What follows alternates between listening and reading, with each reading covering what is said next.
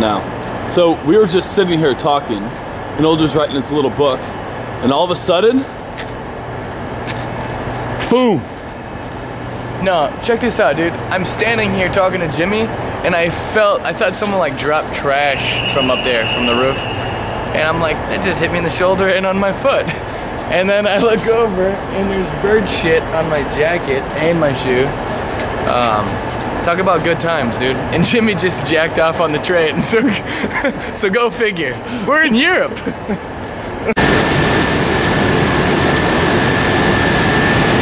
It's hard to like hold this bag and white bird shit off. It's like, to be honest, it takes a real athlete, right?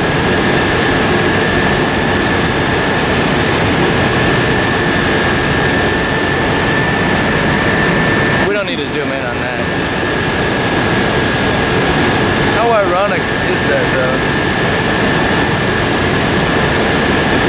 I don't think bird shit's that dirty. It doesn't even smell, really. Honestly, I think that it was by a seagull, and I think it was a seagull that heard my Asian joke, and he's like, that's what I think of that joke. That's what you get for making that stupid joke about us. Hey, you! Did you just take a shit on me? Did you just poop on me?